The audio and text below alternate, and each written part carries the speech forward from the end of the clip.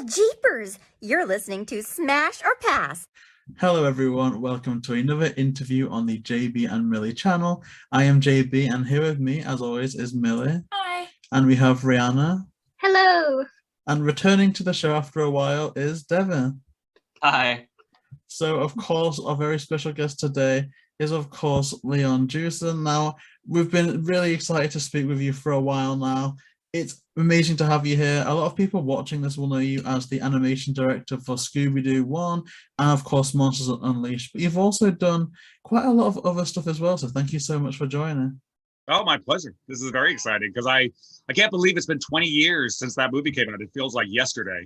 It is so crazy, especially because I remember watching it for the very first time. And of course, even now, it's just amazing to think about it. And I guess diving into your career, more or less from the start, we know that, of course, you've been in the world of animation and, of course, also visual effects as well. Did you know that that's what you wanted to do within the film industry growing up, or did you have preference to animation over visual effects at any point? Well, it's funny when the term visual effects and animation has sort of gotten blurred together, and that's because of CGI. But in my day, when it was just 2D animation, they were very, very separate skill sets. So you had the people who were animation people. We dealt with moving figures, people, attitudes, acting, all that stuff.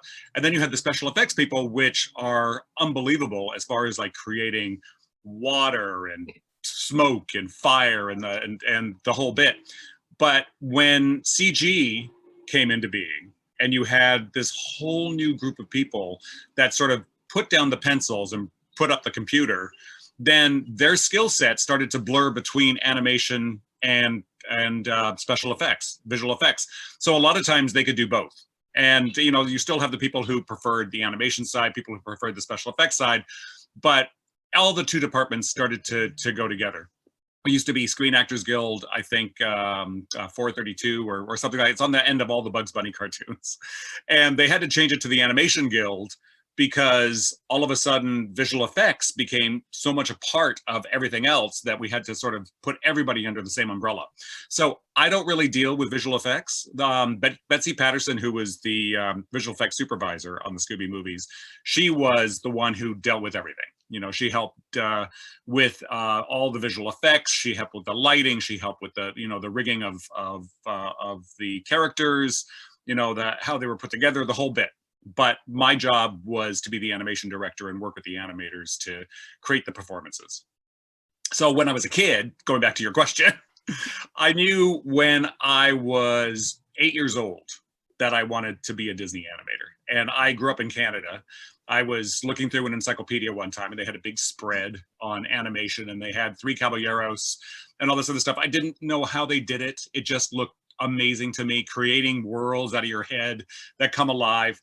And I knew since I was 8 that I wanted to be a Disney animator, and I was not particularly a gifted artist. I mean, it's like there were people who could draw rings around me, and it was not the best draftsman in the world, but I was dedicated to wanting to become a Disney animator. So I spent my entire schooling era, copying and drawing and doing all these, when I look back, horrible drawings. And then eventually I got into CalArts and in the animation program, the Disney animation program. And then from there, I actually took a little sidestep to Marvel Productions, which later on became Marvel Studios, but at that point it was still Marvel Productions, and Stan Lee worked in this office. It was a warehouse in not a great part of Los Angeles. And so we did Muppet Babies, and it was a great testing field for me. I spent like 3 years working on props and characters and everything, sort of like getting into the industry. I had an internship when I graduated at Disney where I got to work with one of my favorite animators, one of the 9 old men, who they were like the classics, who did everything from Pinocchio to Cinderella to Lady and the Tramp to, Rescuers. And I got to have some tutelage under that. And then finally, about 3 years later, I actually became a Disney animator right on Oliver and Company, and then went into Little Mermaid and stayed there and started doing some directing things, and then started going off into other studios. So it's been sort of a life career. It wasn't a last second thing. I don't think anyone, frankly, chooses animation as a last second thing. It's like choosing to be a gymnast at the Olympics as a last second thing. Like, well, maybe I'll just do this. It's like, no, you have to sort of gear yourself up and be dedicated to it. Otherwise, it's just not a thing for most people. It's really impressive that you decided on that at such an early age as well, like knowing from 8 years old. Was there any animators or certain projects that you'd seen that kind of pushed you down that path that inspired you? Well, I'd always loved going to the matinees of Disney films. So, you know, at that time it was like, you know, Peter Pan and Alice. Later releases. I'm not that old, but it was like Peter Pan and Alice in Wonderland and Lady and the Tramp. And one of my favorites by far was 101 Dalmatians. You know, Sleeping Beauty was just incredible to look at. Cinderella was just a wonderful story. I mean, all of those things were so unbelievably inspiring, but I was also a massive, massive fan of Hanna-Barbera. It's like, I loved everything Hanna-Barbera. I loved the Jetsons. I loved Scooby Doo. I loved Flintstones, Magilla Gorilla, you know, everything. I was brought into Rhythm and Hues, probably because I had an animation background, to see if I could be the animation director on the then proposed Jetsons live action movie. And it had this incredible script. It was unbelievably clever. It was going to be directed by the guy who did Gremlins. And unfortunately, Joe Dante. Yes.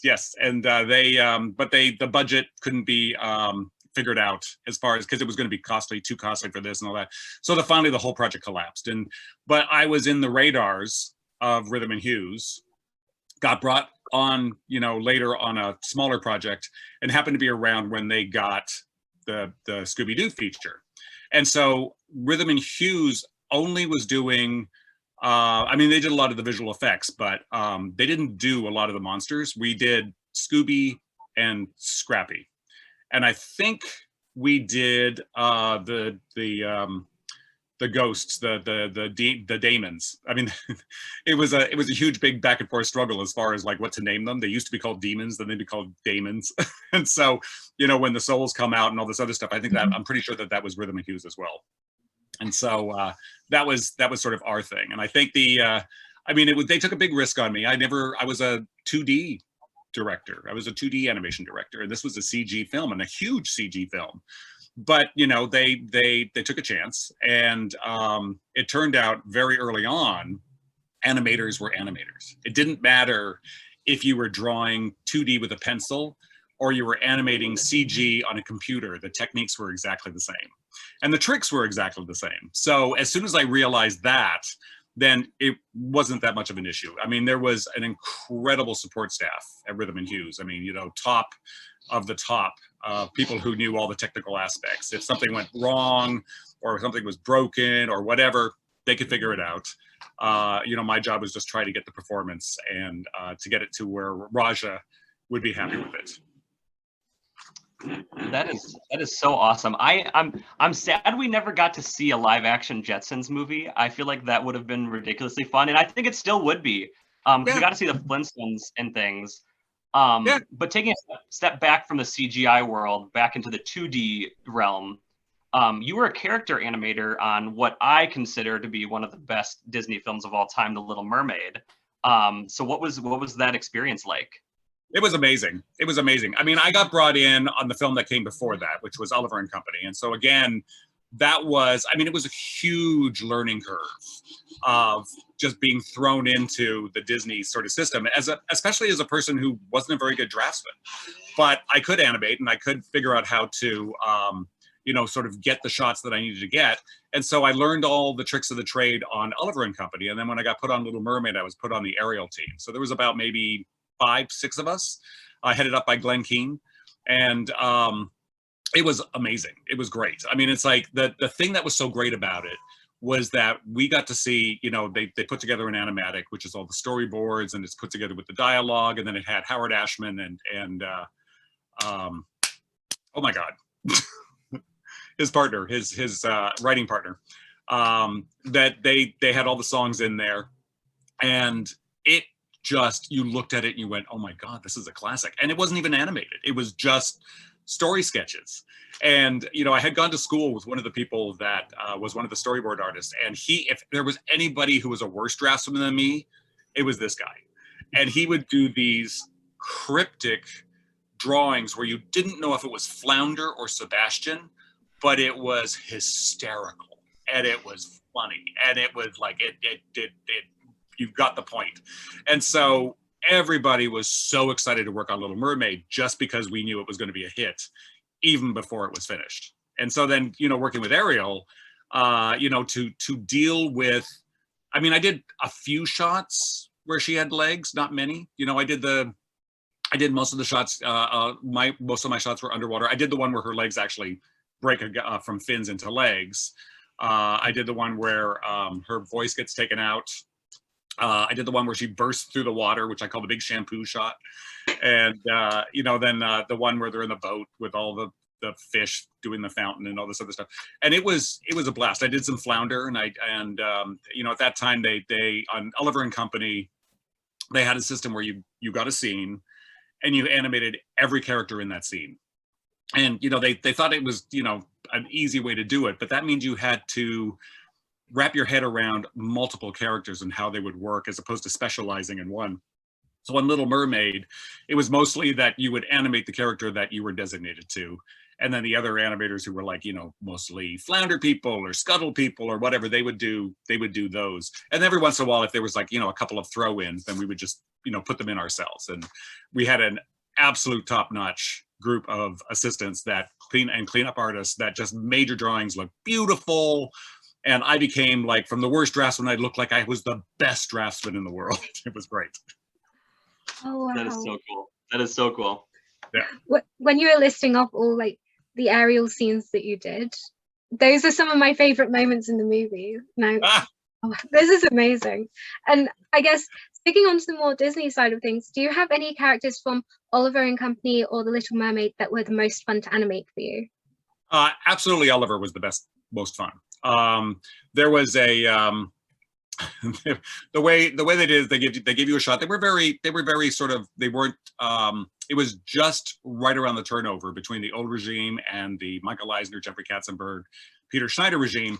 So they weren't as you know, they kept records, you had deadlines and things like that, but it was a little bit more loose as far as what you could do with a shot. So, you know, now pretty much you get a shot, you have to do it exactly the way it was given to you. Like, this is the layout, this is the angle, this is the stuff. For both Oliver and Company and Little Mermaid, I would just do my own thing.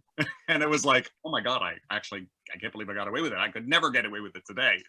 And I don't know if I particularly would want anyone getting away with it under me if I was directing something. But I would go, like, I did a shot that lasted for a minute. It was a minute nonstop in Oliver and Company.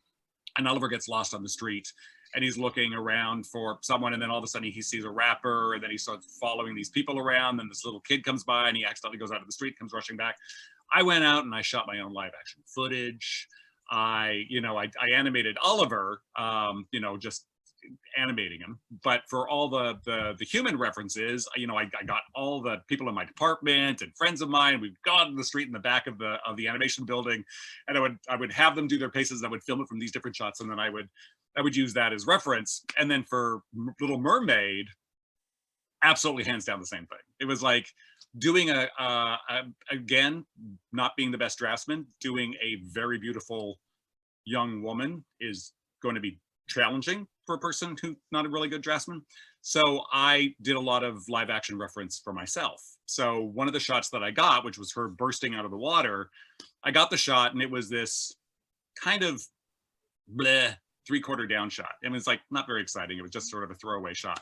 And I had an idea. You know, I had gone to, when I was at Disney, I used to always participate in all the perks that Disney had, including being on the canoe team, that we would race it with all the people in Imagineering and other departments around the lagoons at Disneyland, but you had to get up at like 4 o'clock in the morning to go down there and do it and then get back to the studio for the beginning of the day.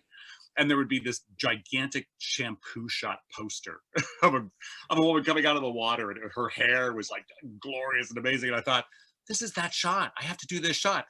So my assistant at the time, who was brilliant. She had 2 twin daughters, and one belonged to the YMCA in Glendale. And so I asked her, would she do this shot for me, and I would film it.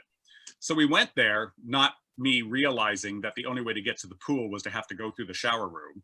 Here I am, fully clothed with a gigantic camera, walking through the men's shower room to get into the pool. And she went into the water. I said, okay, I want you to burst out and throw your head back, because she had nice long hair. And I got this unbelievable footage. It was so fantastic. And I used that as my reference. And I show it to John Musker and Roger Clemens after I finished it. And they were like, I like everything except for the angle. And it was like, this is 2D, this is not 3D. So you can't just like take the camera and go, eh. And I was like, oh God, they're really stuck on this 3/4 down shot. And I said, well, it's done. Do you mind just maybe cutting it in the film and seeing if it works? And they did, and it did. So it stayed in the film. And so I got that. So then I was sort of inspired by, how well this was working. And we had another assistant in the department who was like, she was either a ballerina to begin with, or she had great body movement. And so I filmed her with Ursula taking the voice out. And I said, this is not an attack on her. This is not something that's painful to her. This is being coerced out of her. And it was a very specific thing that I needed. And it was a very specific motion that I needed. And so she nailed it right off the bat. I mean, the footage has now disappeared because it was like the most popular footage. Everyone wanted to see it. And it was like, I've got all the footage for all the other reference stuff I've ever done, except for that one. That one just flew away. But I was able to create these shots for that. And so in a weird way, that sort of prepared me for how CG was going to work, because it was very, very similar, where the feel of it isn't like you were doing sketches that were slowly cleaned up and then inked and painted, and you saw it progressively getting more and more filled in. It pretty much was filled in almost from the very start. And it was my way of sort of seeing how it looked like when I was dealing with CG animators on how I wanted to do it. I remembered my live action reference. And so I would always know, like, for instance, if Scooby had to sail around a corner, that I didn't want him just to go run around the corner, because that's boring. So I wanted him to run around the corner and slip, and then go out of control, and then sort of squat back. And then the animator would nail it. And it'd be like, oh my God, this is just like the live action references that I used to always shoot, except now it's like, coming directly out of the animator. So no, it was a great process. And I was really glad that I actually started my career in 2D and ended up in CG, because I sort of spanned that transition period and managed to leap the gap. A lot of people didn't make the gap so easily, but I was one of the fortunate ones, because I actually had stopped sort of becoming an animator, because I still to this day don't know how to do CG animation. But I had sort of stopped doing the animation thing, started going into the directing thing, and the directing thing was allowing me to jump the gap. That just is amazing to hear all that, and the kind of time and dedication that you took to getting these shots just right. And I am kind of just like fanboying out over the shot with the voice going out, because obviously that was the climax of the Poor Unfortunate Souls song, which is even now gone on to be one of the great Disney villain songs that people really remember and really love. And as you mentioned, from there, beyond them, it's got really to the stage where it's more along the lines of CGI and everything. And one of the projects that you worked on as an animation director that I absolutely love, it's something that I have nostalgia for, maybe even guilty pleasure, but that's Aliens in the Attic. Oh, yeah. So what was working on this movie like? Because it is just a blast to watch. It's funny. I'm probably going to be speaking out of turn a little bit.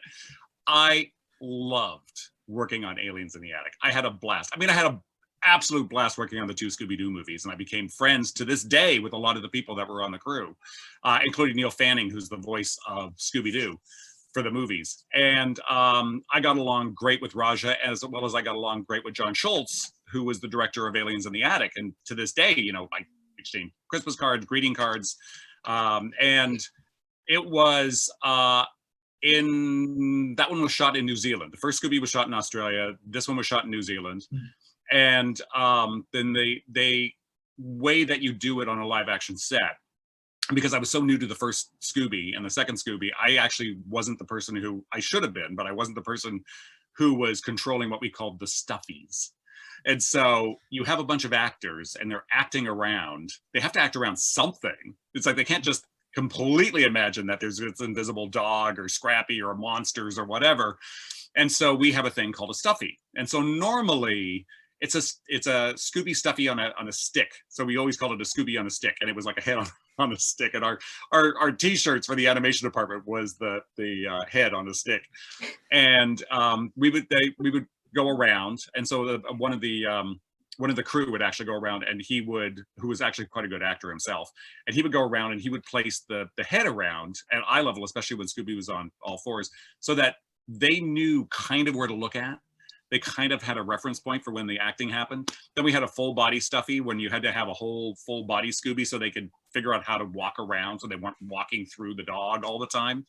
And then for Aliens in the Attic, it was my turn to actually have to work the stuffies. So I had the alien stuffies to work with the kids, and it was in a swamp. It was cold. It was nighttime shoots. It was like the Scooby ones were in a set. It was warm. It was dry. I got the swamp. So I ended up like sort of like, really finally biting the bullet as far as like CG directing when I had to like lie on my stomach in a swampy area with an alien while these kids were rehearsing with it and all this other stuff. It was a great experience. I loved the people on there. The actors the kids especially were so fantastic. One of the funniest ones I wasn't part of this particular sequence because it was not an animation sequence. It was a total visual effects sequence, but it was when Doris Roberts gets taken over by an alien. She does all these kung fu karate things, and they had two body doubles, and they were both athletes. They were both gymnasts, and one was a woman who was incredibly good. And I thought, oh my God, she's gonna just nail this. But it turned out to be the guy, the stocky, muscle building kind of guy who looked the most like Doris Roberts, because Doris Roberts wasn't a young woman. And so she didn't look like her. They had to put her face on the body. And it turned out that the stockier guy looked so much like Doris Roberts with the face on there. It was unbelievable when all of a sudden they finished the compositing. I'm like, holy crap. And then you have the very elegant, very good gymnast woman. And it was like, you could always tell that the neck was a little too long, the shoulders were a little too low, and all this stuff. It didn't quite have that thing, but it was such a blast to actually see them in action and do these things. Because Doris Roberts would start the shot, and then she would sort of walk out, and then you'd have these other people dressed as her, like continuing on, and it was great. It was fantastic. And so but as I said, speaking slightly out of school, politics is a huge thing in the film industry, and it intervenes in certain ways. In the first Scooby, it wasn't as much politics as it was fear, and the biggest fear was, for the first time, taking your cash cow of a merchandising thing, because apparently Scooby Doo was a bigger merchandising venue than Bugs Bunny for Warner Brothers. And they were terrified they would do something that would mess that up.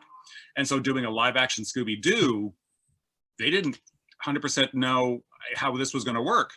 And the first half of the film, during the filming, it was sort of understood that he was going to be more of a real dog and not Scooby Doo from the cartoon. And there was like, two groups of thought, both within Warner Brothers and with Rhythm and Hues, that, half of us thought it should be much more cartoony, which I was on that half. And there was another half that thought, no, it has to be more of a realistic dog because it's a realistic thing. And Warner Brothers just didn't know. They were just terrified that something was going to just horribly go wrong. And I was very, very lucky because I always was very, very close to the editors on these films. So Kent Beta was the editor on the Scooby films, and to this day I'm still good friends with Kent Beta, and he was absolutely fantastic. And I would feed him my ideas, he would be sort of my back door to get to Raja. I mean, I was friends with Raja as well, but Raja was a little bit more inaccessible because, you know, he was the director and, you know, he was needed everywhere. And so I was usually able to get a back door in to get some of these ideas through. And one of the biggest questions was, what the hell is Scooby going to be in this film?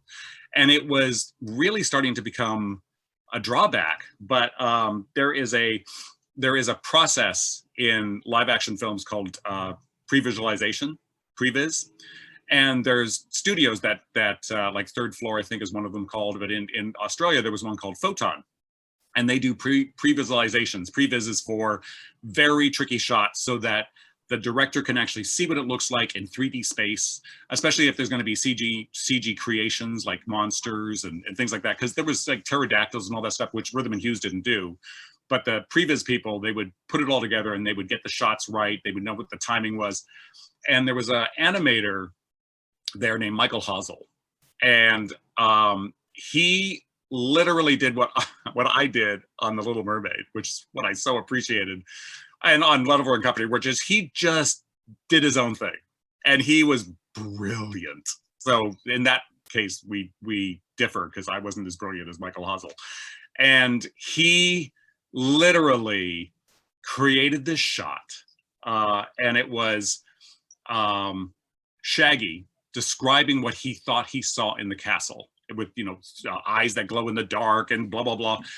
And Michael Hazel did Scooby standing behind Shaggy, imitating absolutely everything, hind legs, total comedy, everything right out there. Total game changer. So ultimately, we had something now we could fight over. And there was a fight. There was a huge fight between, we want to toss this shot out because this is not what Wonders wants. We want to do this other thing. And so we ended up managing to use this back door to get it to Raja, to get it to the production office. They loved it. And then as soon as they loved it, Rhythm and Hues loved it. And so it was like, case solved. We now knew how far the bar was going to go with Scooby. It wasn't going to be a normal dog at all. He could be normal. He could be very emotional. He could act like a normal dog, but then he could go absolutely ballistic and be as cartoony, if not more cartoony than the animation one ever was. And so then we actually got Michael Hazel into Rhythm and Hues from Australia, and he reanimated a lot of his shots that he did, because he did so many though, he couldn't do them all, but he reanimated that particular shot especially. Did a brilliant job. It set the bar, and the rest of the Scooby experience on that film was a piece of cake. Because then suddenly you could start having Scooby smash himself with a plate, and there would be these indentations of his face with different expressions. You know, he could do all sorts of things. It was great, and that carried on into the second movie. The second movie, I think the second movie was the easiest film I've ever worked on in my entire life. It was like there was no fear of what Scooby was going to be like. We already knew. We already had a track record. They asked me back because, you know, it's like they just wanted a consistency, you know, between the team members, so that the second film would be really, really easy. And it was great. We could just go to town, have fun. You know, one of the other characters that Rhythm and Hues, because Rhythm and Hues had Scrappy and Scooby in the first one, and they had Scooby and the Skeleton Men in the second one. And we were lucky to have the Skeleton Men, because the other monsters were like monsters. They were good, they were fun, but they were like really a combination of visual effects and animation, like gooey things flowing everywhere and all that. The skeleton monsters were like something out of a wacky Bugs Bunny cartoon. You could do anything with them. You could smash them up, they come together. You could combine them, they form two-headed eyeballs. You know, we had great fun. I mean, I was friends with some of the cast, like Linda Cardellini and Matthew Lillard, and as I said, Neil Fanning. And so, you know, Linda was great. She actually cut her hair for the first film to be exactly like Velma. And then by the second film, she was like, nah, I'm not gonna do that. I'm just gonna wear a wig. And so it was like, I can still look the same. But you could tell Linda is like, okay, this is where the skeleton eyeball comes flying through the camera, just be really freaked out. And it was like, she did everything just brilliantly. It was great. And we got to animate all those shots, you know, Scooby and Shaggy going on this skiing thing down a hill with all the skeleton guys sort of chasing them. And it's like, you know, smashing into trees and doing all that sort of stuff.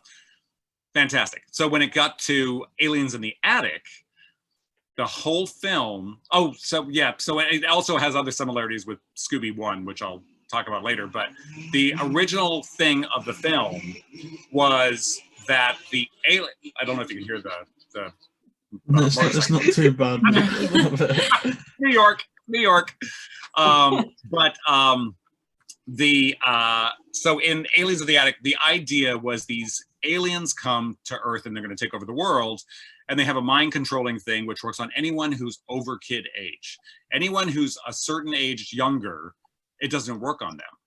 And so the only problem is they don't speak English and the kids don't speak their language, but this reject, Sparks, which is the four-armed one that's sort of like, you know, kind of their little worker bee, he grows a fond connection with the little girl, and they know how to communicate with visual, sign language, the whole bit.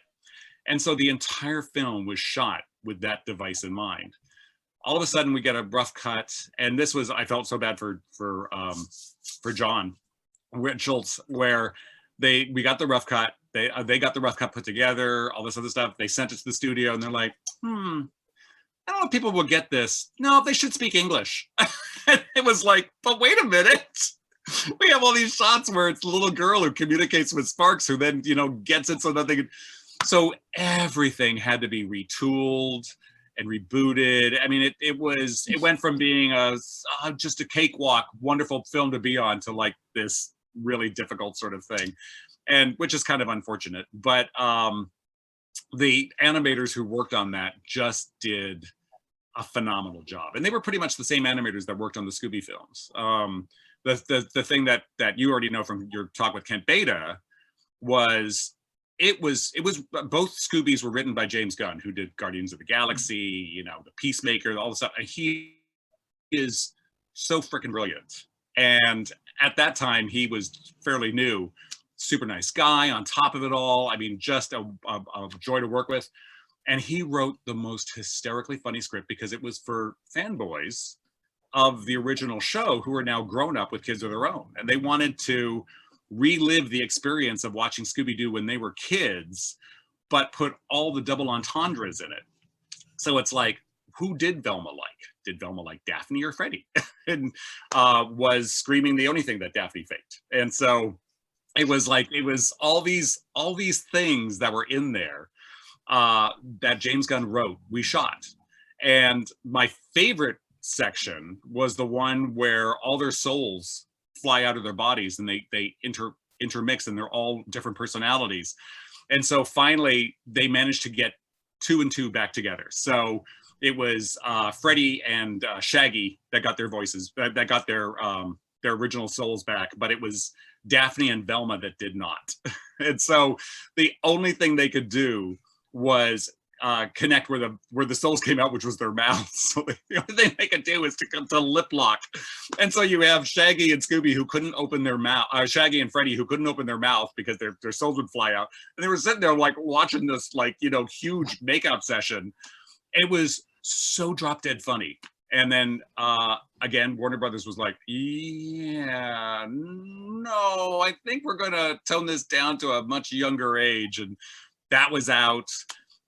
When Velma gets drunk on non-alcoholic zombie juice while she's on a piano bar and she's singing this torch song, she originally throws off her sweater and she's got this large 50s orange bazooka bra and all that. Nope, out. There was a big shower room sequence. No, out. It was like everything that was slightly suggestive had to go out. And I thought, that is such a shame. And it's like, the problem was that they cut it out so early in the game that we didn't have a chance to do any of the Scoobies for it. And it ended up in some rough cut. I don't know who actually would have, I mean, I'm assuming that Raja would probably have the original rough cut of the director's cut, because it's got to be somewhere, because that's what they showed the studio. But in that way, it's like the first Scooby and Aliens of the Attic shared a lot in common, where it was like the concept had changed after they finished filming. Scooby Doo 2, it was exactly the way it was written. It went all the way through, no hitches. It was one of the smoothest productions I've ever been on. I mean, it is always interesting to find out a bit of the behind the scenes details on some of these things, and it kind of blows my mind at first that there was a conflict even before that the test screening, and that people were kind of in two camps with the first one, whether Scooby was going to be realistic or if Scooby was going to be like the animated Scooby that we eventually did get. Now, of course, you did mention that you were on the team that you wanted it to be more of the animated Scooby, but was there a Scooby show or even maybe a prior Scooby film that you'd watched and enjoyed that you wanted it to be a bit more like? Oh yeah, no, that was part of the reason why we wanted it to be like the animated series, because you know, when one of the first things that we did when Rhythm and Hues got awarded the Scooby movie was we just researched a lot of the Scooby episodes. How does Scooby and the rest of the gang act? You know, how much does Scooby sort of like interact on 2 legs, 4 legs? You know, what kind of personality does he have? How much do you want to do? And that's where I think the big split started to come in, with the studio being afraid to go there because it was a real dog, and us wanting to go there because that's the way the cartoon was. And so it was heavily researched before that. I'm not sure. I guess they did Scooby movies, but I'm just more familiar with the original one from the 70s. So, and that's the one that we mostly researched. So that actually sounds amazing. So before you started to animate or anything, you got to physically sit down, rewatch some old episodes, and start to see kind of what look you were going to take. That's amazing. That's so fun. And so how did this process come about? How did you become the animation supervisor on the first live action Scooby movie? Well, as I said, I was brought in a time before as a potential animation director on the Jetsons live action. And at that point, I think, you know, they were bantering around suggestions that it was going to be Steve Martin as George Jetson. Then it was like, you know, they had this roster of stars. And I thought, oh, this is going to be so good. And so I think everyone was really disappointed when that one went away. And so when the Scooby one came up, I was already on another very smaller project. I was on Dr. Dolittle too. And as I said, I think they took a big chance on me because there were definitely unbelievably qualified people that were already at Rhythm and Hues. And I think one of the reasons they probably took me was that I did have a Disney background with you know, that type of animation. And even though I didn't know CG myself, you know, as I said, the risk was, you know, could I make the leap? And fortunately I did. So that's how sort of that came about. And then once I did Scooby, then I had a track record. So I got invited back onto the second one, and then Aliens and such and such. See, it's funny that you mentioned Steve Martin as well, especially in connection with Joe Dante, because a part of me is almost thinking that maybe a lot of that was then reused, you know, conceptually for Looney Tunes Back in Action. That could have been something. Because that was Joe Dante, Steve Martin. Very difficult to tell. It's like, as I said, it's like you know, every once in a while there are rumors that there would be a Jetsons movie, and then it sort of never happens. And of course, Neil Fanning, who did the voice of Scooby, would have been perfect for Astro because it's exactly that same sort of gritty voice. And even that on the Scooby movie was not straightforward. Where there is a guy who does Scooby's voice. He is the official voice of Scooby. The name escapes me at the moment, but if you look him up, it's like, you know, he's plastered everywhere. If you look up the animated Scooby, and I think he did the third movie, actually, the one that just recently came out, the one called Scoob.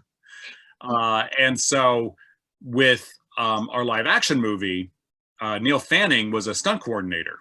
Mm-hmm. And so he was hired to act out all the rough parts for Scooby because he could actually leap around and do some of the stunts that Scooby would end up having to do, and the stunt coordinator would be perfect for it. Well, he started mouthing the voice too while he was doing it. No one hired him to do the voice of Scooby. He would just do it because, you know, that was part of the role.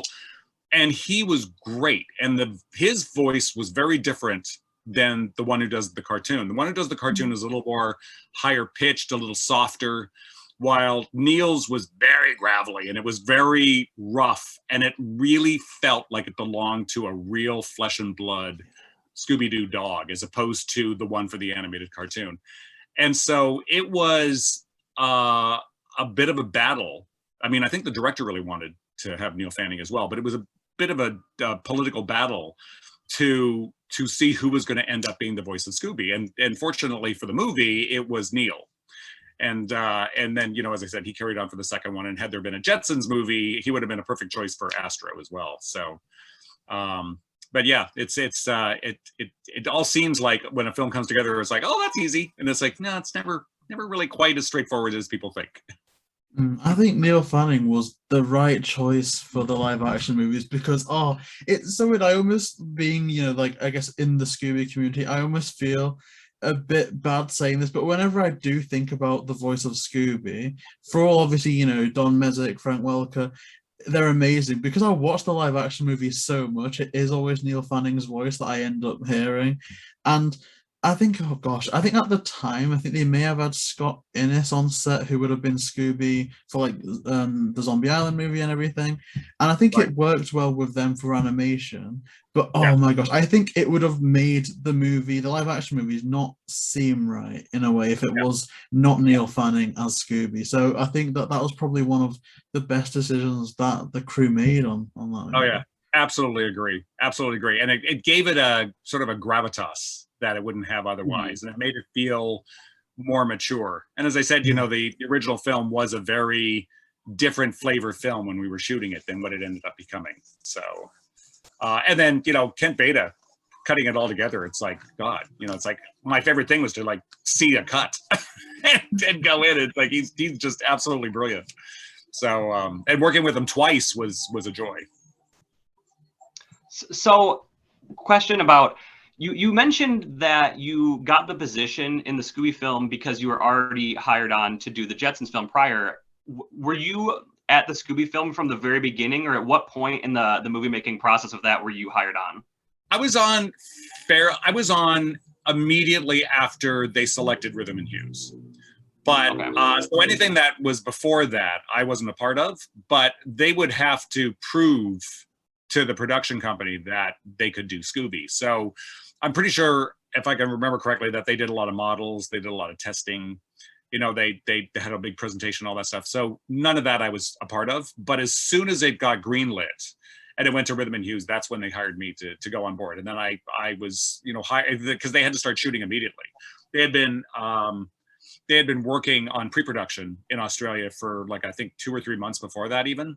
And so as soon as it was greenlit, then the Rhythm and Hues people all of a sudden had to just go over there and then be part of the filming process. So it was definitely from the very beginning. And same thing with Aliens in the Attic. It was as soon as Rhythm and Hues got greenlit for Aliens in the Attic, then I was on board. Okay. And you mentioned just now too the first film being filmed in Australia, and you kind of mentioned like the Scooby heads and like being there. So I assume you were on set for at least a decent amount of the movie. What was it like being over in Australia and getting to be a part of like all that like actual like on the set? It was great. It was my first time on a live action picture. I mean, the second one was done in Vancouver. Vancouver, as far as the ease of getting around, was a little better. Australia was a little bit more difficult. The roads were set up different than America and Canada. Canada is pretty much set up the same way as America. So, along with driving on the right side of the streets with a steering wheel where it's supposed to be. So going to Australia, getting a rent-a-car, and you're like, okay, go to it. I'm like, what? It's like everything's backwards. How am I supposed to do this? The first shoot, the first part of the shoot that happened was the ghost scene from the opening, where it turned out to be the creepy janitor, and they were nighttime shoots. And so it was that time of year. It was the late summer. It went on for like 3 months or 4 months, so it ended up going almost into their winter. But it was, the sun was still, days were very, very long. So, we would start at like 10 o'clock at night filming, and we could go probably till 4 or 5. And then when we got out, the sun was just coming up.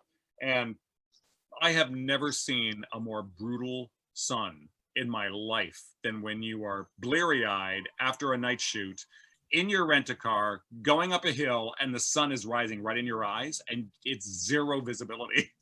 And to the point where it's like at one point I just slammed on the brakes. I was like, okay, whatever comes. If I get hit by from someone, I can't help it. So I stopped the car, I rolled down the window, I looked out. all the cars had stopped behind me. I mean, like way behind me. No one could see. And so we had to wait till the sun actually went above a certain thing, and then we could sort of keep driving. We had chutes up in the mountains, and you had to try to find your way through windy streets. Same thing with New Zealand. New Zealand for Aliens in the Attic was the exact same way. It's set up just like Australia, where it's like, why does this road not go through? Why is this? How does this road? It's like, and that was, you know, GPS, I don't think was, you know, a real big thing at the time. And it was like, okay, it was trying to find even where you're supposed to go was always a nightmare in both Australia and New Zealand. And so the second Scooby in Vancouver was like, okay, I know where the streets are. I can tell they go through. I can just stay on this one for a while, and I'll you know, on most of a lot of the stuff in Scooby 2 was shot in what would they call the PNE, which is the Pacific National Exhibition, which was like a World's Fair that they had, and they turned a lot of their facilities, including their hockey rinks, into movie sets, into movie studios. And so going there, the only problem is that they had a lot of identical buildings that were turned into movie sets. And I ran into the wrong one, and it was during a scene where it was, there was some sort of a hockey-esque type of thing going on. And I can't remember exactly what the shot was, but I went in there and there were a bunch of hockey players. I'm like, oh, this must be it. And I stood there for like a good half hour until I realized I was on the wrong movie. And I had to run over and try to find the other set. And I got there just in time. I'm like, holy crap. So it's definitely different than just being a 2D animator sitting behind your desk for 9 to 5 and then going home. I can imagine. Oh gosh, like I can just imagine all the adventures and everything, just trying to navigate these different places. Oh yeah. And you know, we see so often that members of the cast and crew seem to get along really well on the set of Scooby Doo. So were there any members of the cast and crew that you got along with most? As I said, I got along great with Neil Fanning, and because I got along great with Neil Fanning, I got to know Matthew Lillard, because Neil and Matthew had to work really, really closely together. Linda Cardellini was such a sweetheart, and so we all got along great with her. And Sarah Michelle Gellar and Freddie Prinze Jr. was he would just chat with the crew. He would like hang out and do all this other stuff. And Sarah Michelle Gellar was a little bit more, you know, I'm just going to go over here now. She was very sweet, very nice. But as far as like, you know, being really, really social, it was definitely Linda Cardellini and Matthew Lillard. And so, and then, you know, as I said, I got along with a lot of the crew members as well. You know, the people who worked with the casting, the people who worked with the extras, which, by the way, was a job and a half, because you have to wrangle all these people that are only on there for a couple of days and make sure that they're in the proper location. And it was now approaching winter, and they had to be in bikinis on what was an unbelievably freezing night. So it was like, okay, so I feel sorry for that person who had to deal with all that. But yeah, so everything that you see as far as how everyone got along great, they really did. They really did get along. It was being on any live action movie, and I hear a lot of actors sort of talking about it, because either they stay friends with these people or they marry them. It's like there's a reason for it, because it really does feel like you're in this family. You're there close together for sometimes months on end. And you really sort of feel like you're a part of each other's lives. You start hanging out after work, you start doing things on the weekend and all this other stuff. So definitely everything you've seen is absolutely true. Oh, wow. That's incredible. And, you know, we always say like some movies and TV shows, cast and crew don't usually get along. There's some backstage drama, but the fact that it really is such a family, I think that helps make the Scooby community grow even more, because it's like, we can all just be one big family loving, you know, a talking dog. Yeah, no, and the great thing was the American crew. I mean, all three of my films that I worked on, the live action films, none of them were done in the United States. I mean, we did pickups when they chopped out so much stuff from the first Scooby, we had to do extra filming to fill in the gaps, and that was done in the United States. But for the most part, Australia, Vancouver, and New Zealand, the American and the foreign crew got along just as if they were one group. I mean, it was really, really nice. And then sort of the foreign, the group that comes from that country would sort of like, you know, bring us to their local hangouts and all this other stuff, which was really, really great. And you know, and some of them have come to visit in New York, because I live in New York, so it's a nice hub. So I've seen quite a few of them, and the people, the person, like Kent and the editor also on Aliens in the Attic, I got to be very, very good friends with them because, you know, not only are they brilliant, but I have to work really, really closely with them to talk about the shots, how we need to do it, how the hookups are going to be. But the other two people on both films were the script supervisors, and they are phenomenal. I didn't even know really what a script supervisor did. I thought they were just making sure all the pages were in the script, but it's like, oh no. They mark down what the lenses are on a shot. They listen to the director's verbal comments, not even to her, just or him, but you know, to themselves, where they're like, "Oh, that was a good shot," and then we'll mark it down, so that then they would send that, for instance, to Kent Beta, and Kent Beta would mark all the ones that were the A-list shots that the director had a good response on, and he would start cutting those in first. Everything was so complete. She would deal with the visual effects people to find out what their dimensions were that they were talking about and all this other stuff, because the whole visual effects thing that Rhythm and Hues did, that Betsy Patterson was a part of, you know, the biggest funny thing, and I'm sure it's in all the documentaries, they have a thing called a gray ball and a silver ball. And so you have this, like, we had a Scooby head on a stick, well, we had a gray ball on a stick, and we had a silver ball on a stick. And they have to take the gray ball in and they shoot it from all directions so you can see where the lighting is bouncing off of. And then they do the silver ball because it reflects, so they can see what it is actually reflecting, so that if you had to show something reflecting off a shiny surface, they had to be accurate as to what it was reflecting. And so it was pretty amazing. And as I said, we all got along great, and the script supervisor literally had to take all that information and write it down in her notes. And she was the last one to leave the set. Everybody was gone. The lights were about to be turned off. And there she is, still there, doing her notes, doing it all. And then she'd go home, finish them off, come back early the next morning, and it'd start all over again. It's like, that is a very unbelievably unsung job that I had so much appreciation for.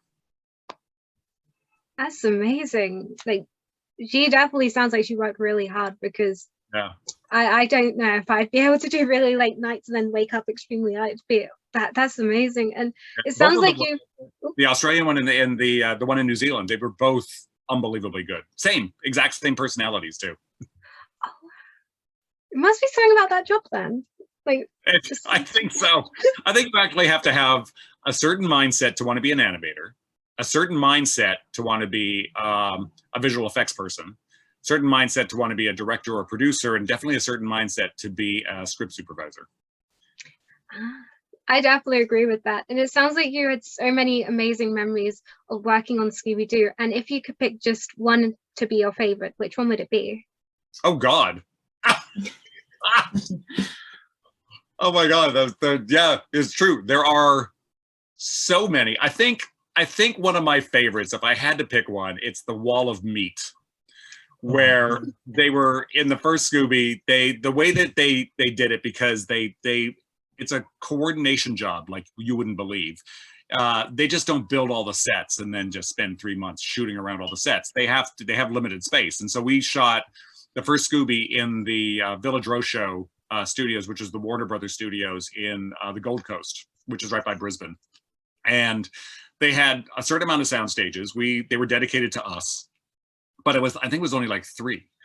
So they would have to build 3 of the sets. So one was in production. It's not that dissimilar to actually working on a CG animated film as well, because while you're working on certain shots, other ones are being storyboarded, models are being made for another one. So they would have a set that was complete, and we were shooting on that one. They were completing a set on the one next door, and then they were starting one on the last set. And so as soon as they wrapped, Kent immediately had to cut the whole footage together. Once they were satisfied it was going to work, they had to destroy it, which was heartbreaking because those sets were amazing. And then it was like, oh my God, you're just going to toss it. And it was like, that's what they had to do. And so when it came to the carnival section, there were like 2 sound stages dedicated to the carnival rides that they were on in this spooky adventure. And the Wall of Meat was this thing where they had puppeteers sticking their hands in sausages in the back, trying to grab them, doing all this other stuff, and this roller coaster going by in the foreground. And it was a coordination effort like I've never seen before, and it was great. So if I had to remember one sequence in particular or one thing on that film, it was the wall of meat. Wow, that is just such an amazing scene as well. And oh my gosh, I suppose like the main topic about why we're discussing the first movie in particular is of course because, like we say, this is the 20th anniversary year of the movie. And given that it's been such a long time, was there anything that, you know, you or I guess the rest of the crew wanted to achieve with, say, Scooby or Scrappy back then that maybe wasn't possible due to technology? Well, it's funny because I always thought about what we could do if we had, you know, unlimited technology at the time. And I don't know if we would have actually done that much different, because everything we wanted to achieve, we did. They did make a better model for the second Scooby. So it had, if you knew what you're looking for, you could sort of tell that the skin sort of moved a little bit more naturally.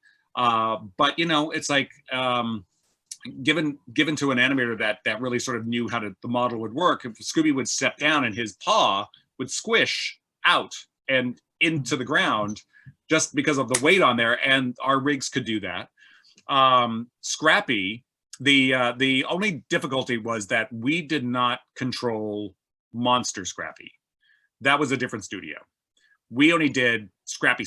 And so when he transformed, we had to do a sort of a relay thing. We had to bring Scrappy to a certain point, and then it had to be sent over to them, and then they had to continue from that point and then go full on into the monster. And so, if anything, I wish we had a little bit more control over how we were going to do those transformations.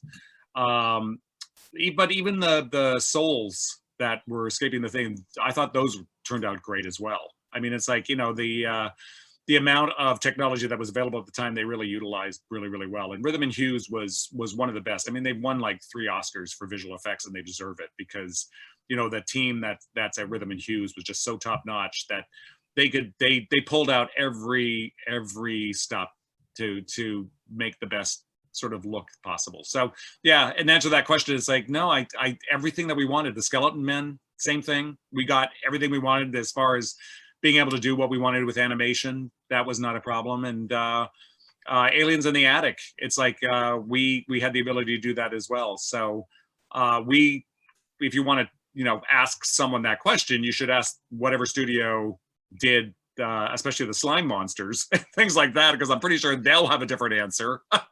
Because, you know, it's like that technology has changed, but we were much more on the animation side as opposed to the that type of visual effects monster side. So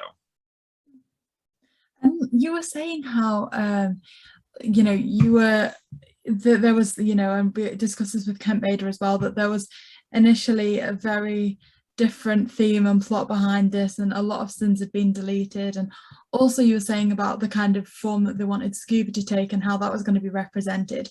Was there any footage or any kind of animation that you did that you remember being taken out of the movie?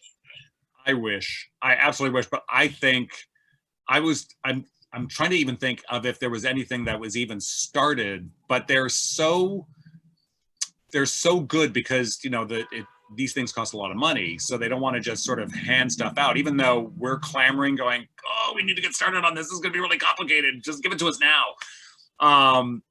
They can't until they actually have a cut that they are very comfortable with.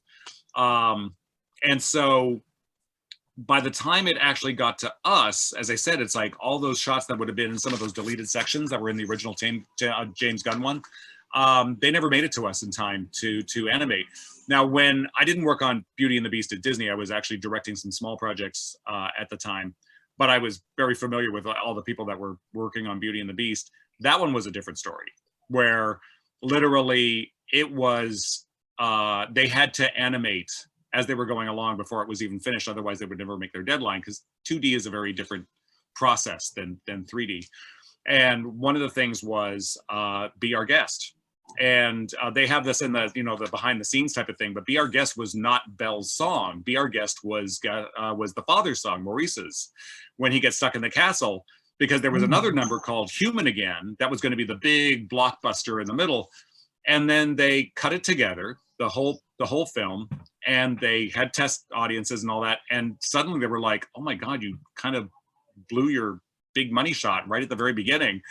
And they decided that's true. So they took Maurice's song, shoved it over, got rid of Human Again, which is heartbreaking. They put it in the Broadway show, but it's not even in the live action movie. And they put Be Our Guest as Belle. So there are all these shots of Maurice sitting at the table, drinking the beer steins and doing all this other stuff, which got deleted, and they had to swap it out for Belle. So if you look at Be Our Guest Again, there's all these beer steins that come up to Belle, and Belle goes, oh, no. And it was like, oh no, it was originally meant for Maurice, who would grab them and then start drinking them. So in a case like that, because of the way the process of 2D animation worked, there were a lot of deleted animated scenes that had been fully animated. And then, but with CG, especially on a live action film, that's where previs comes in. So they had the pre-visualization, which is much cheaper. They test it out that way. And once it passes, then it comes to us and then we do it. So. Yeah. Well, this is less of a deleted scene and more of a removal from a scene. It's kind of become public knowledge at this point that CGI need to be used to remove some of the cleavage from the female actresses in the film. Is that something that your department had to do? Or? It was the same test screening with Warner Brothers that got all those other shots deleted, that got all that other stuff taken out because it was too adult. Yeah. It's like, I do think that did go through Rhythm and Hues, because I do remember there was an entire crew dedicated to having to fix the cleavage line. And what it was one of Daphne's outfits. You could see her cleavage. And not only that, but it was cut a little low around here. So they had to tighten it up here and they had to lift it up here. And it was like, I would walk by, and as I said, it's like, unless I'm making up this memory, I'm pretty sure Rhythm and Hues did do it, because I remember walking by seeing people having to fix the dress line on Daphne for this sequence, and I'm like, oh my God. So it was like one of those things where like that, all those issues were all in the first movie. The second movie, no issues. It's like they knew what they wanted, they knew how to get it. They went for it. It was all that stuff was in the first movie. That's so crazy that with the second movie, you guys kind of already knew what you wanted to do because you had tackled the first movie. And like you mentioned earlier, like all the like with this, the cleavage and things as well, but also all the deleted scenes and things that were meant to be in it and all the adult things. Like I really wish that we could have seen that film. And you mentioned a little bit earlier, but Kent Beta actually mentioned that the people that would probably have the Gosnell cut of the full film would be the Rhythm and Hues company. And since you work with them, do you think that? No, definitely Rhythm and Hues wouldn't have it, because that was not part of the stuff that was for us to be able to work on, because there was maybe a couple of shots that would have had Scooby in it, but for the most part, to my knowledge, I don't think Rhythm and Hues would have had that cut. If they do, then it's unfortunate because they're no longer around, and that would have been lost to the ether. But I'm pretty sure that Raja would have kept a cut of it, and Warner Brothers has got to have a cut of it. I can't imagine that they would have gotten rid of it, because I've seen those cuts afterwards in some things and in some presentation or whatever. So I know they do exist still. They haven't been destroyed.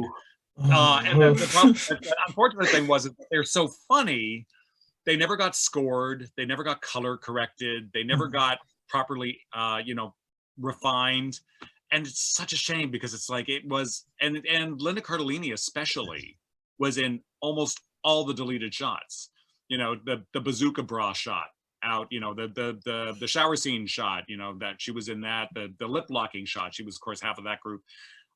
There was it was a wonderful shot where there was Freddie and I think it was Freddie and Shaggy that were sitting at the bottom of the ballroom where the grand piano was, and it was in that big hotel, and there was a staircase it was Velma. Velma was sitting in the bottom, and that's why she was by the piano, and that's why she ended up drinking the zombie drinks, because she was so distraught. And so she looks up, and there's this beautiful heart-shaped staircase that comes down, and out comes Freddie and Daphne, and then they're both walking down the side. There's Velma, and she's like, you don't know which one she's looking at. And it's right after that she gets drunk on the non-alcoholic zombie drinks, and then starts singing that torch song. And it's like, you just don't know who she's singing the torch song to. And it was like, oh, they cut it all out. It's so crazy, because do you think that we'll ever actually like see that? Because we're in the age of like reboots and remakes and extended cuts of movies and things. Do you think they'll ever like try to put that all together for like the fans and like stuff like that? I would hope so. I would hope so. But you know, I remember there was an issue like Rhythm and Hues worked on Golden Compass, not on Golden Pond, the Golden Compass, and it was supposed to be a trilogy. And that one was mired with, I had never worked on that film, but it was like hit by more politics than you would believe. And they decided that they were going to not do a trilogy. They were just going to do the one film, and they chopped it all up, and it became a hit. And Rhythm and Hues got an Academy Award for it. And so all of a sudden the studio goes, well, all that stuff you did, because that was so much stuff. Rhythm and Hues had animated that hit the ground, hit the garbage. And they said, is it possible to resurrect that, bring it back up and do all that?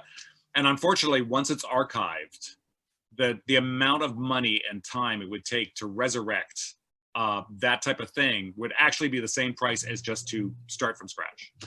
And so the same thing now probably with Scooby. It's like if they wanted to do it, which, because James Gunn has become so familiar now and so famous for his Guardians of the Galaxies, you would think that Warner Brothers would want to do the original cut, the plus 16 or plus 18 cut, the adult cut of Scooby.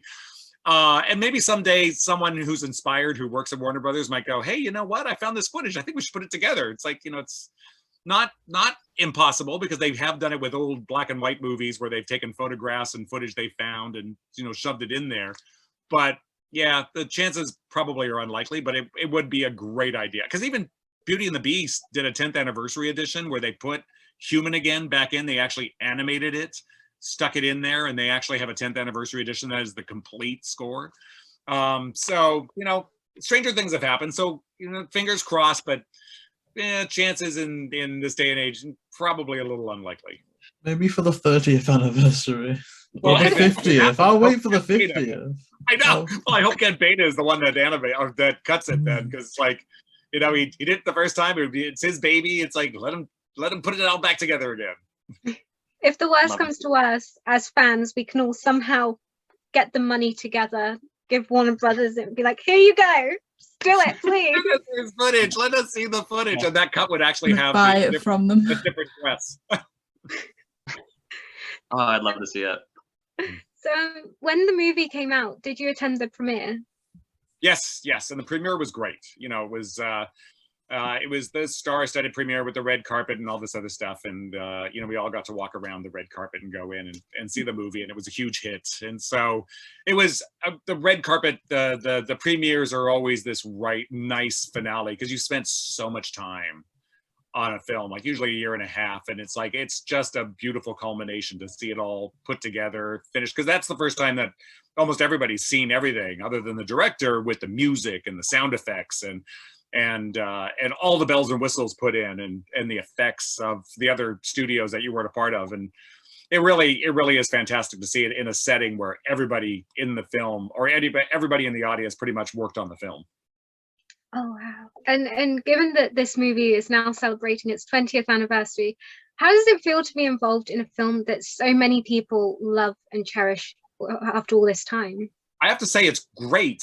And I've been lucky enough in my career to be involved with a few of them, like Little Mermaid, though it's a little distraught when someone comes up and goes, oh, my grandmother loved Little Mermaid. I'm like, thanks. But the one I keep forgetting that I worked on was Space Jam, the first one. And, that's a lot of people's favorite film too. And I was like, oh yeah, I forgot I worked on that one. It's just, but then with Scooby, it's like, yeah, everybody, I don't even have to say the live action version of Scooby. I said I did the the two Scooby Doo movies, and they know exactly which ones I'm talking about. They don't get confused. I'm like, oh, well, great, perfect. Hey. I got him. Oh my gosh. Yeah, so I was very happy to work on all of them, and Aliens in the Attic, and Little Mermaid, Scooby. As I said, it's like when I was that 8-year-old boy, I didn't think that getting into animation would actually take me around the world, and work on all these amazing things and all these amazing people. It's like I thought it was just going to be a person behind a desk and just animate my little heart out. And it's like, nope, it went a very different direction. Well, we're definitely very glad that it did, because you've had like the greatest story to tell us today, and it's just been amazing. And I guess that kind of wraps things up as far as the first movie is concerned. Now, I guess touching briefly on Monsters Unleashed, and perhaps we will like come and pester you again in like 2 years' time when it's the 20th anniversary of Monsters Unleashed. I would be most happy to. I'm more curious now how long your podcasts are, because I blathered on for quite a long time. Oh no, I mean, I guess if there's no time restraints on your end, we're okay. And I guess because Monsters Unleashed in this section that we've got at least now is going to be quite a bit shorter than for the first movie, I guess, like I say, this time round. Yeah. But one thing I think that really was improved in Monsters Unleashed was the bonus features, because they did a very, very cool, is like the triple threat feature in which you did an interview on at the time. But I guess at the start of your feature there, you had Peter Crosman talking about how Riverman Hues kind of raised the bar in terms of the performance of Scooby. Yeah. How exactly was this achieved? Was this like a technology thing or a budgeting thing?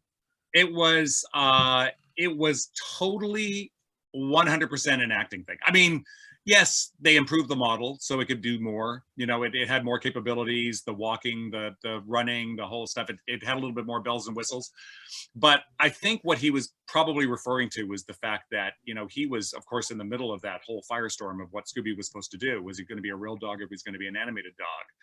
And ultimately, I think he wanted it to be a totally animated dog. And so when we finally won that battle and we could just do whatever we wanted, he just had the time of his life. And so I think that mostly probably referred to that trying to figure out what the world of this Scooby was going to be, which was the biggest issue of the entire film, at least in my world.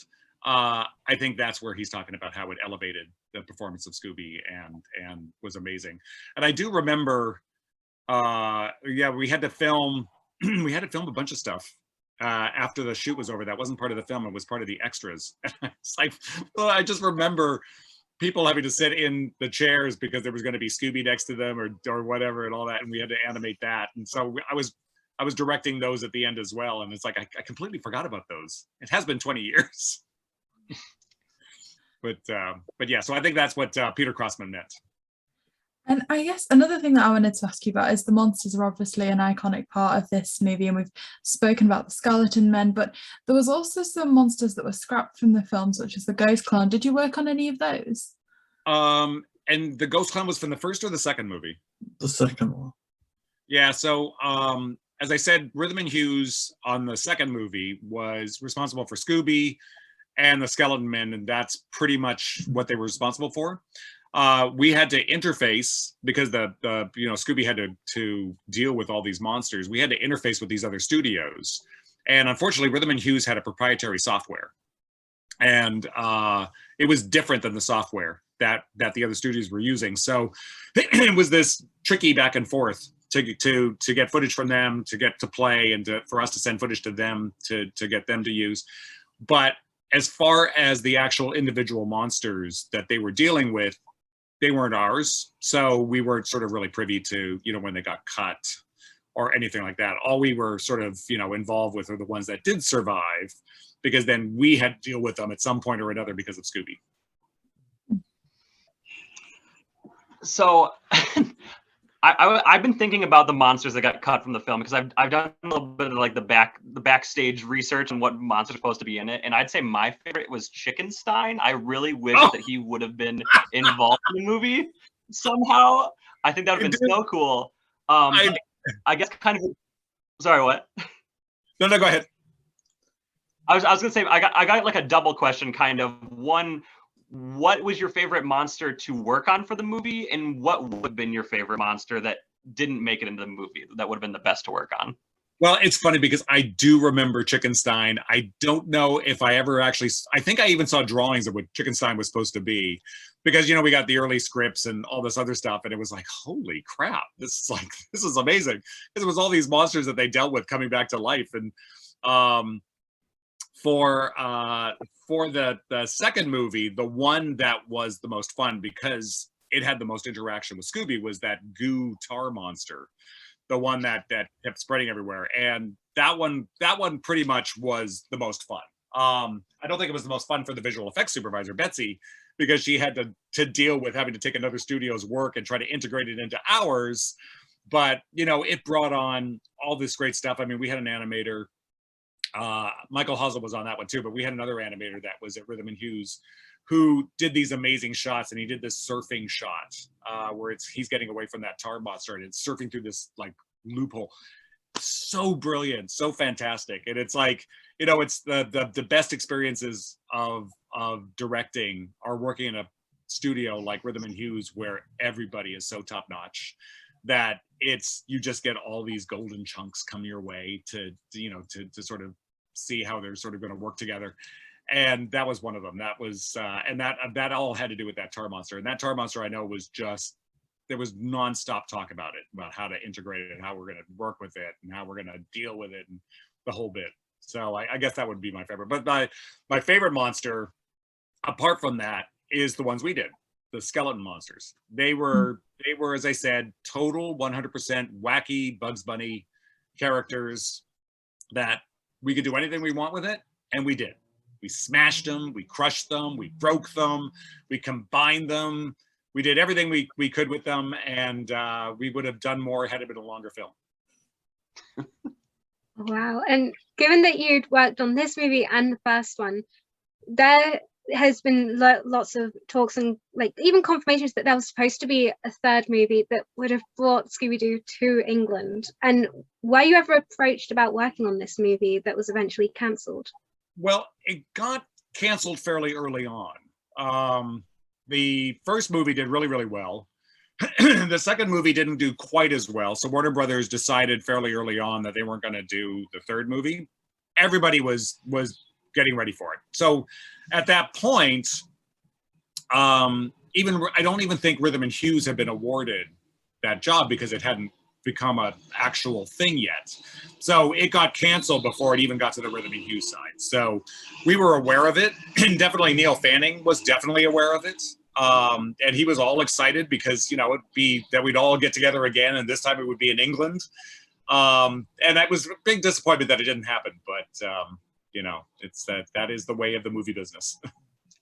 That's true. And you know, it isn't even the first, like, so that's the first Scooby Doo movie, well, the third technically, that was going to be in England. And then there was two other Scooby Doo live action movies, The Mystery Begins and Curse of the Lake Monster, and there was supposed to be a third one that would have also brought them to England. So it must be something about Scooby in England that doesn't really want to work out. I don't know, because they got great studios in England. They could have been a great job, and it's like they have tax breaks, so it's like I don't know why they didn't do it in England. But you know, again, just like that original cut of the Scooby one, it's never 100% off the table. You know, they can do a reboot, have the original cast come back in as older characters now. Oh wow, that would be Love a that. come true. And we just want to thank you so much for coming on here, letting us talk to you, ask our questions. And I guess my final question before I hand it over to JayBee is, do you have any upcoming projects that you can share with us? Well, right now I'm working on a TV series that's a London-based company, and it's called Mowgli. It's like Paddington Bear with moles. It's on HBO Max in Europe. It's on you know, at channels in England. It hasn't. We're hoping it comes to Disney Plus in America. In the meantime, I have cousins in Holland, and they were like, "Oh my God, my daughter was watching this film, and all of a sudden I saw your name on it. It's like, is this yours?" And I'm like, "Yeah." And so then we have a couple of movies with the same company coming up, like a horror genre type one and a fantasy one, and so those are really exciting. And then I have a couple of personal projects where I'm doing a documentary with a friend of mine who I actually worked with on the two Scooby movies.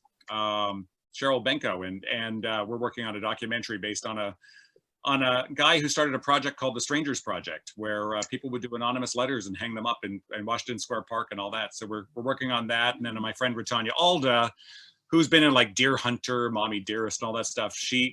I directed her one-woman show that she was going to do until the pandemic hit, and so we filmed it instead. So we're working on a feature film for that. So those are different projects, but you know, when you talk to me next, I can give you an updated report on all of those. But yeah, so keep your eye out for Mowgli. Should it ever, and it will come to America. I just don't know what venue or streaming service it'll be on yet. That is fantastic. Thank you so much for that. And I guess, is there a particular place online that is probably best to keep up with all these projects? My website, which would be leonjoosen.com, is being revamped because when I first started it, it was Flash based. And in the birth of technology, Flash got taken out, and so now my website collapsed. So a person is putting it back together in a new format. So once that's back on, then I should have all my future projects listed on there. And then IMDb probably lists a lot of these projects as well, so you can always go to IMDb. I'll definitely put the IMDb in the description down below, and hopefully by the time this interview is scheduled to go out, which will be sometime the week of the 20th anniversary itself, hopefully the website will be up and running by then. But in any case, the IMDb is definitely going to be in the description down below. And I guess that brings us to a conclusion. I mean, this has been an absolutely amazing conversation, and I do apologize because, like, I guess you yourself and everyone in the call has been very generous with their time today, because it's just amazing. And I forgot to do a shout out to Bill Bowes as well, because I think you interviewed him. Yeah. Such a brilliant set designer. And every once in a while I'll see a film where I just absolutely love the film, and I see the end credits and I'm like, oh my God, Bill did it. And so it's great to see that the old names from people I've worked with in the past pop up again over and over and over again. But yeah, everybody, it's, I think the biggest takeaway from those films isn't the film itself, is the people that I'm still friends with and got to know during the course of it. So it's the great part of the movie making industry. Oh, that's amazing. And like you say with Bill Bowes, I think one of our main things is just like remembering all the memories that I guess we've made personally doing this. And so watching movies that we did enjoy previously, like the second Journey, or I guess Journey to the Mysterious Island, when like his name pops up in the credits, it's like, oh my gosh, yeah, that makes so much sense. That's awesome. So thank you so much. And of course, joining us as well today was Devin filling in. So thank you so much to you. Your Instagram will be in the description down below. Huge thank you to you. You can find them at Awesome Thanks on Instagram. And likewise, we have Rhianna who joins us. Your Instagram will be in the description down below as well.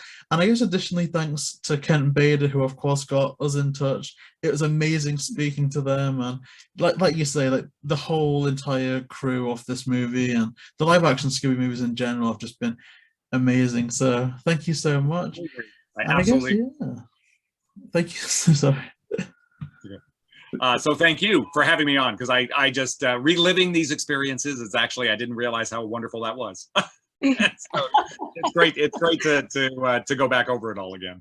Oh, thank you. And I guess to the people watching this, thank you so much for listening to another 2002 20th anniversary special on the JayBee and Milly channel. We hope that you enjoyed this one and that you stick around for all future interviews and see how we celebrate this movie next. So yeah, please like, comment and subscribe to JayBee and Milly, and we'll see you next time.